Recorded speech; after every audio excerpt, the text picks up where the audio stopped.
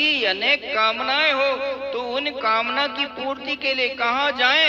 भगवान से यहाँ तात्पर्य क्या है? हमारे अंदर जो दुर्गुण है, दुर्विचार है, उनको नष्ट करना ही मारण है। दूसरे के ऊपर मारण का प्रयोग नहीं करना चाहिए। मंत्र आदि का, तंत्र आदि का प्रयोग करने से बहुत बड़ा अधर्म होता है, पाप लगता है। इसलिए मारण का प्रयोग नहीं करें। यहाँ शिव पुराण कहता मारण के लिए 800 पार्थिव शिवलिंग का पूजन करना चाहिए। इसका तात्पर्य क्या है? इसका तात्पर्य है हमारे अंदर जो दुर्गुण है, दुर्गुण, हम गाली देते हैं, दूसरों का अपमान करते हैं, झूठ बोलते हैं, अनाचार करते हैं, पाप करते हैं, चोरी करते हैं, ये सब दुर्गुण है। इन दुर्गुणों को मारना ही यहाँ मारण से तात्पर्य है। हमारा जीवन जो है व्यसन मुक्त होना चाहिए। हम शराब पीते हैं, शराब पीना छोड़ दें। बीड़ी सिगरेट पीते हैं, उसको पीना छोड़ दें। गुटखा खाते हैं, उसको खाना छोड़ दें। तंबाकू खाते हैं, उसको खाना छोड़ दें। ये व्यसन मुक्त जीवन ही जीवन है। वह मानव मानव नहीं है, वह दानव है जो अपनी इच्छाओं को बस में नहीं करता। जो इच्छाओं को बस में नहीं करता है, इच्छाओं के बस में रहता है, वह मानव नहीं है। मानव मस्तिष्क प्रधान है, बुद्धि दी है भगवान ने, मन दिया है, संकल्प विकल्प। मन का कार्य है संकल्प विकल्प, और बुद्धि उनका निर्णय करने वाले निश्चयात्मिका बुद्धि होती है। इसलिए मानव होकर के अपनी इच्छाओं के ऊपर नियंत्रण करो। मानव केवल जननेन्द्रिय और जीवा के पोषण के लिए ही उसका सारा कार्य संपादन होता है जीवन भर, अपनी इच्छाओं की पूर्ति।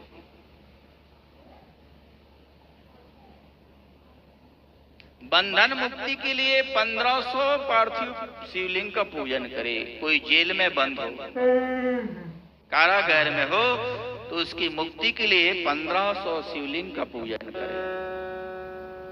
राज भय है, किसी को राज भय है तो उसको दूर करने के लिए 1500 शिवलिंग का पूजन करे। चोरादि का संकट हो तो 200 पार्थिव शिवलिंग का पूजन करे। डाकनी आदि राक्षसियों का भय है तो 1500 शिवलिंग का पूजन करे। दरिद्र नाश के लिए 5000 शिवलिंग का पूजन करे। क्या हम एक से ज्यादा भी घर में शिवलिंग रख सकते हैं? क्या घर में बड़ी मूर्ति नहीं रख सकते? उसके लिए मंदिर चाहिए। घर में छोटी मूर्ति होना चाहिए। क्या एक शिवलिंग से ज्यादा शिवलिंग रख सकते हैं? रख सकते हैं। एकम पापहरम प्रोक्तम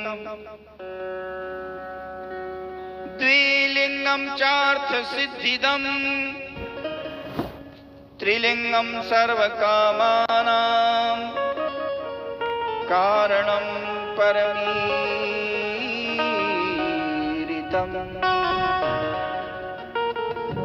एक शिवलिंग पाप को नष्ट करने वाला है, 2 शिवलिंग अर्थ की सिद्धि देने वाला है, और 3 शिवलिंग संपूर्ण कामनाओं की पूर्ति करने वाला है। इसलिए एक हो तो एक का पूजन करे, 2 हो तो कोई दिक्कत नहीं, 3 हो तो कोई दिक्कत नहीं, शिवलिंग का पूजन करना चाहिए।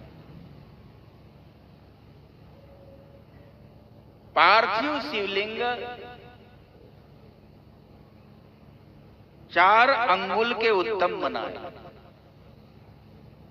4 अंगुल का उत्तम माना गया है। उससे छोटा अधम, उससे छोटा और उससे बड़ा हो तो कोई दिक्कत नहीं।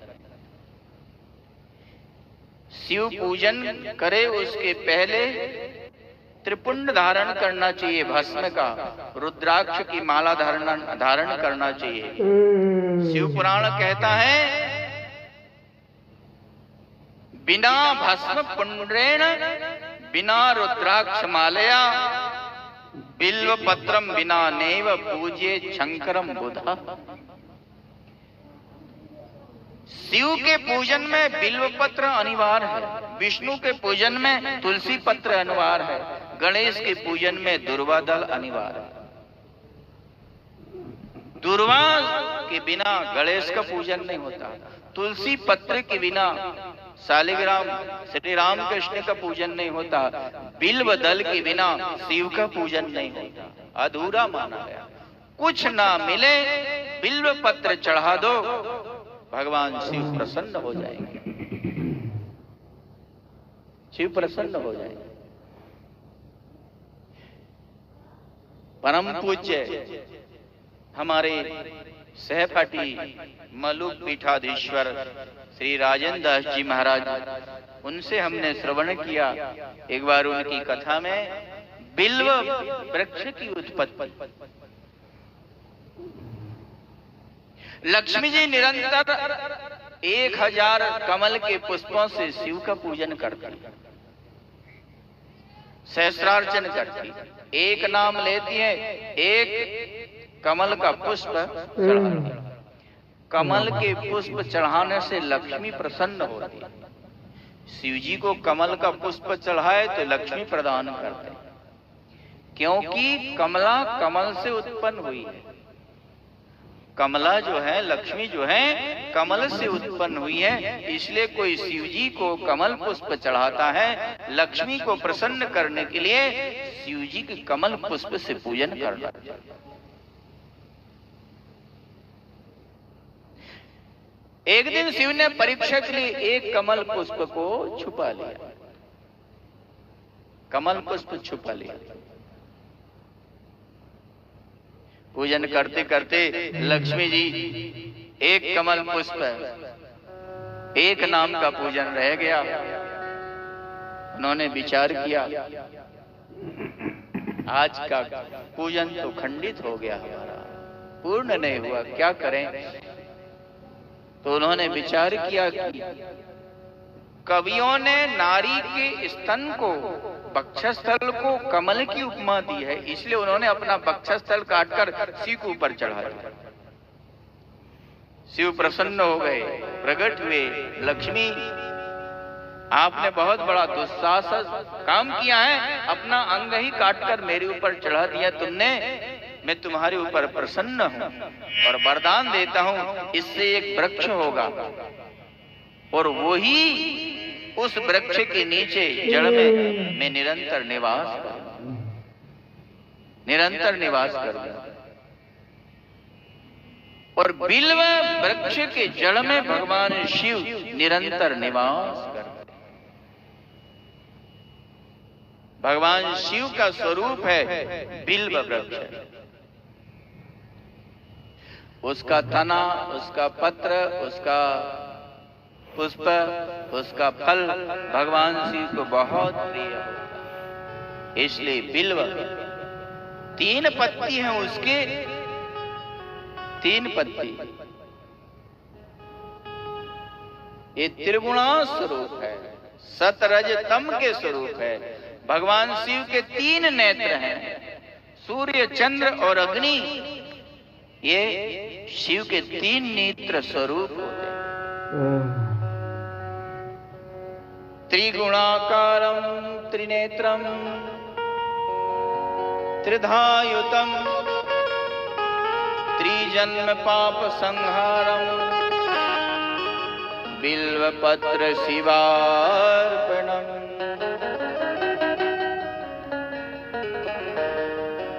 सब पुष्प को सीधा चढ़ाया जाता है, सब पल्लवों को सीधा चढ़ाया जाता है। तुलसी पल्लव, तुलसी पत्र उल्टा नहीं चढ़ाते, सीधा करके। सारे पुष्प, सारे दल सीधा करके चढ़ाते हैं, पर बिल्व दल उल्टा करके चढ़ाते हैं। क्यों? बिल्व दल के पीछे का जो भाग है उसमें एक डंडी रहती है, उससे शिव को तकलीफ होती है, इसलिए उल्टा करके चढ़ाते हैं, जिधर से पत्र मुलायम हो, भगवान शिव को तकलीफ ना हो। पीछे की डंडी तोड़कर चढ़ाना चाहिए, उससे भगवान शिव को वजन लगता है। और राम नाम लिख करके कोई यदि शिव के ऊपर बिल्वदल चढ़ाए तो भगवान शिव बहुत प्रसन्न होते हैं, क्योंकि राम नाम उनको प्रिय है। राम नाम बहुत प्रिय है। भगवान शिव निरंतर राम नाम का जप करते हैं। गोस्वामी तुलसीदास जी ने कहा,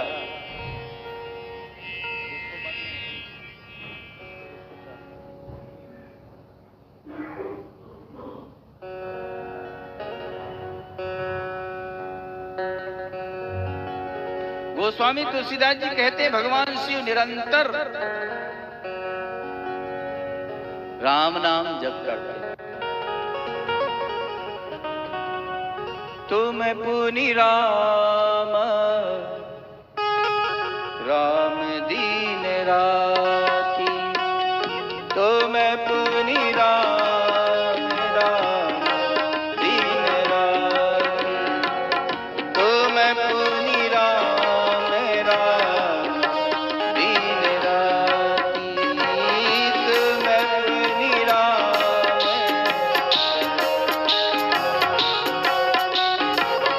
सादर जपहु अनन्य आराती, सादर जपहु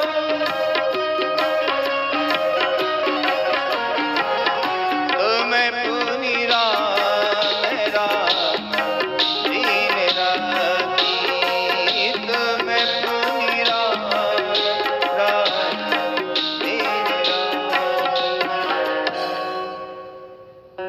भगवान शिव को राम नाम प्रिय है। भगवान शिव के ऊपर चढ़ा हुआ प्रसाद हम खा सकते हैं कि नहीं खा सकते?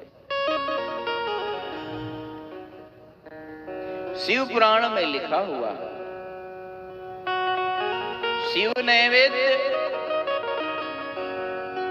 एक तो जिसने शिव की दीक्षा ग्रहण की है, शिव का मंत्र ग्रहण किया है, उनके लिए अलग विधान है शिव नैवेद्य के लिए। और जिन्होंने विष्णु की दीक्षा ग्रहण की है, जो वैष्णव है, उनके लिए अलग नहीं है शिव के नैवेद्य। जिन्होंने शिव की दीक्षा ग्रहण की है, शिव मंत्र को ग्रहण किया है, उनके लिए है भगवान शिव का नैवेद्य, उनको ग्रहण करना चाहिए। शिव नैवेद्य को उसका जो सुगंध आती है, उसको ले अपने सिर से लगाए और उसको ग्रहण करे, सब पापों से मुक्त हो जाता है। और जिन्होंने शिव दीक्षा ग्रहण नहीं की है, उनके लिए नियम है कि शिव का नैवेद्य यदि शालिग्राम जी के साथ भोग लगा दे तो वह भी ग्रहण करने योग्य हो जाता है। भगवान शिव के ऊपर चढ़ा हुआ, पिंडी के ऊपर चढ़ा हुआ नैवेद्य को ग्रहण नहीं करना चाहिए, उसमें चंड का अधिकार है। लिंग से जो स्पर्श से अलग है उसको ग्रहण कर सकते हैं। मूर्ति का नैवेद्य ग्रहण कर सकते हैं। इस शिवलिंग के ऊपर चढ़ा हुआ जो नैवेद्य है उसके लिए नियम बताया। ज्योतिर्लिंगों का नैवेद्य ग्रहण कर सकते हैं। जो स्वयंभू है, स्वयं प्रकट है, प्रतिमाओं का, मूर्तियों का, उनको ग्रहण कर सकते हैं। बर्फ के शिवलिंग, उनका हम ग्रहण कर सकते हैं। पारदेश्वर शिवलिंग का नैवेद्य ग्रहण कर सकते हैं। हम भोजन बनाए तो भगवान को अर्पण करके भोजन करना चाहिए, यही नियम है। हम नवीन वस्त्र घर में लाए पहनने के लिए तो भगवान को अर्पण करके नवीन वस्त्र धारण करें। गोस्वामी तुलसीदास जी ने कहा, जो आपको अर्पण करके भोजन करता है, जो आपको अर्पण करके वस्त्र धारण करता है, उनके हृदय में आप निवास करते। तुम ही निवेदित भोजन करहि, तुम ही निवेदित भोजन करहि, प्रभु प्रसाद पट भूषण धरहि, प्रभु प्रसाद पट भूषण धरहि।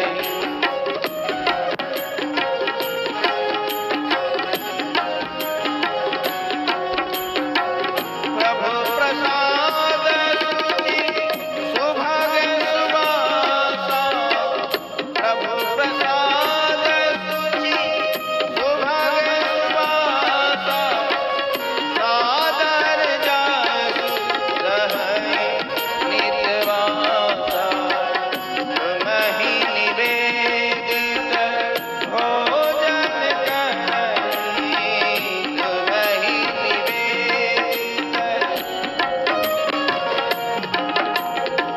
प्रभु प्रसाद पट भूषण धरहि, प्रभु प्रसाद पट भूषण धरहि। गीता में कहा, जो अपने ही लिए अन्न पकाता है वह पाप को खाता है, अन्न नहीं खाता। ये पचंती अन्नम आत्म कारणाम भुंजते ते त्वघम पापम। श्री कृष्ण ने कहा, अर्जुन, जो केवल अपने लिए भोजन बनाता है वह पाप को ही खाता है, क्योंकि अन्न में बहुत सारे दोष होते हैं। जब किसान अन्न को पकाता है तो कीटनाशक दवाएं डाल करके वह अन्न पकता है। घर में आते आते कितने जीवों की हत्याएं हो जाती है, चक्की में कितने जीव जंतु मर जाते हैं, भोजन बनाते समय लकड़ी कंड में कितने जीव जंतु मर जाते हैं। आपके भोजन तैयार होते समय तक अन्न में बहुत सारे दोष आ जाते हैं। उन दोषों से बचने के लिए एक ही उपाय है, भोजन को बनाकर भगवान को अर्पण करके हम उसको ग्रहण करें, भगवान का प्रसाद, तो उस दोष से मुक्ति हो जाएगी, मुक्ति हो जाती है। भगवान शिव का हमारा जन्म जन्म का संबंध है। हर जन्म में भगवान भोलेनाथ की हमको भक्ति मिले, भगवान शिव की चरणों में हमारा प्रेम हो, ऐसे ही हम लोग आशा करते हैं। हर जन्म में भोले तेरा साथ चाहिए। कौन कौन भोले का साथ चाहते हैं, हाथ उठाइए। हर जन्म में भोले तेरा साथ चाहिए, सिर पे मेरे भोले तेरा हाथ चाहिए। हर जन्म में भोले तेरा साथ चाहिए, सिर पे मेरे भोले तेरा हाथ चाहिए। सिलसिलाए टूटना नहीं चाहिए, मुझको मेरी भक्ति का इनाम चाहिए। हर जन्म में भोले तेरा साथ चाहिए, सिर पे मेरे भोले तेरा हाथ चाहिए।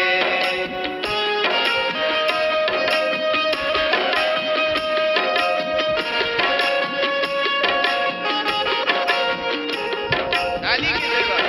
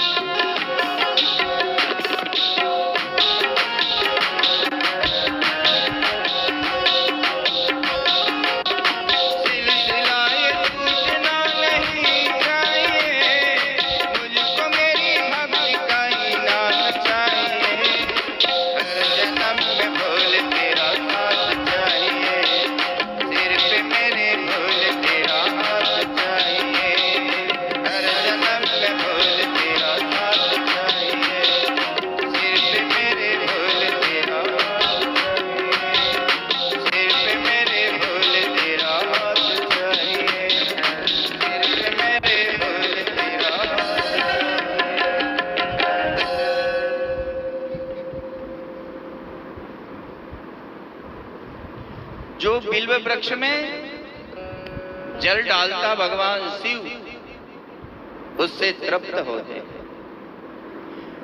बिल्व वृक्ष के नीचे भगवान शिव का जो पूजन करता भगवान शिव, उसके ऊपर शीघ्र प्रसन्न होते। बिल्व मूल में पूजन करने से संतति की वृद्धि होती है। बिल्व मूल में, बिल्व की जड़ में दीपक जलाने से तत्व ज्ञान की प्राप्ति होती है। बिल्व वृक्ष के नीचे शिव भक्त को भोजन कराने से करोड़ों गुणित फल की प्राप्ति होती है।